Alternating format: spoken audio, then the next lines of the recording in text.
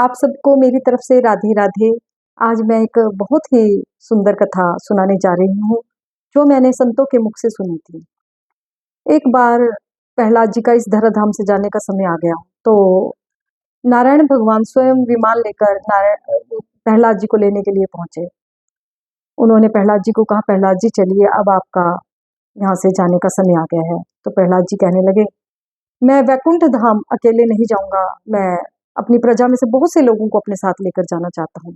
तो नारायण भगवान ने कहा, प्रहलाद जी वैसे तो यह संभव नहीं है, परंतु अगर आप ऐसा चाहते हैं तो आप जिस जिसको लेना चाहते हैं आप ले लीजिए।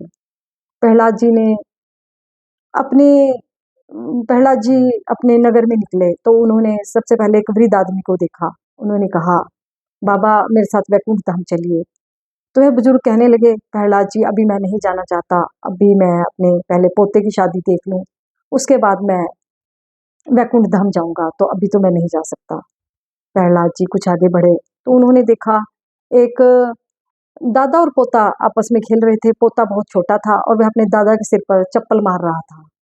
प्रहलाद जी को कहा, जिसका पोता अभी से चप्पल मार रहा है, ऐसे आदमी का आगे जाके क्या हर्ष होगा, मैं इनको पूछता हूँ।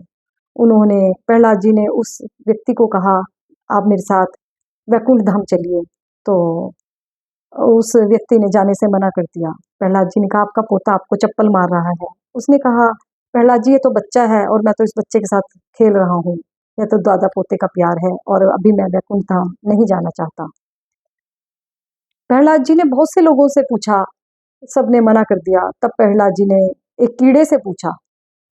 एक कीड़ा नाली में से बाहर आ रहा था, तो उस प्रहलाद जी ने उस कीड़े से पूछा, क्या तुम मेरे साथ वैकुंठ धाम चलोगे? कीड़े ने कहा, मैं आपके साथ अवश्य वैकुंठ धाम चलूंगा, परंतु आप यह बताइए कि वैकुंठ धाम में क्या है? प्रहलाद जी ने कहा, वैकुंठ धाम में वो सारी सुविधाएं हैं जो यहाँ पर नहीं है। वहां पर क्या कुछ नहीं है, मैं उसके बारे में नहीं बता सकता। वहां पर जो तुम चाहो सब कुछ है। तो कीड़े ने पूछा, क्या वहां पर ऐसी ऐसी नाली जिसमें से मैं निकला हूँ, वहां पर ये नाली भी मिलेगी? प्रहलाद जी ने उस कीड़े को वहीं छोड़ दिया।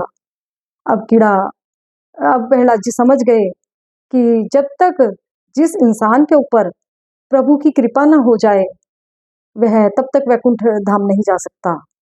इस कथा को सुनाने का मेरा अभिप्राय यह है, यह जो हमें भक्ति मिली है, प्रभु का नाम मिला है, यह कोई हमें ऐसे ही नहीं मिला। यह भी हमारे ऊपर प्रभु की कृपा है कि हम भगवान का नाम ले पा रहे हैं, भगवान की भक्ति कर पा रहे हैं। यदि उस प्रभु की कृपा ना हो तो हम इस संसार रूपी जंजाल में फंसे रहेंगे। क्योंकि जब हमारा जन्म होता है, जन्म होने के बाद अब इस संसार में आते हैं, तो धीरे धीरे धीरे हम इस संसार के चक्रव्यूह में फंसते चले जाते हैं। परंतु यह हम सबके ऊपर बहुत बड़ी कृपा है।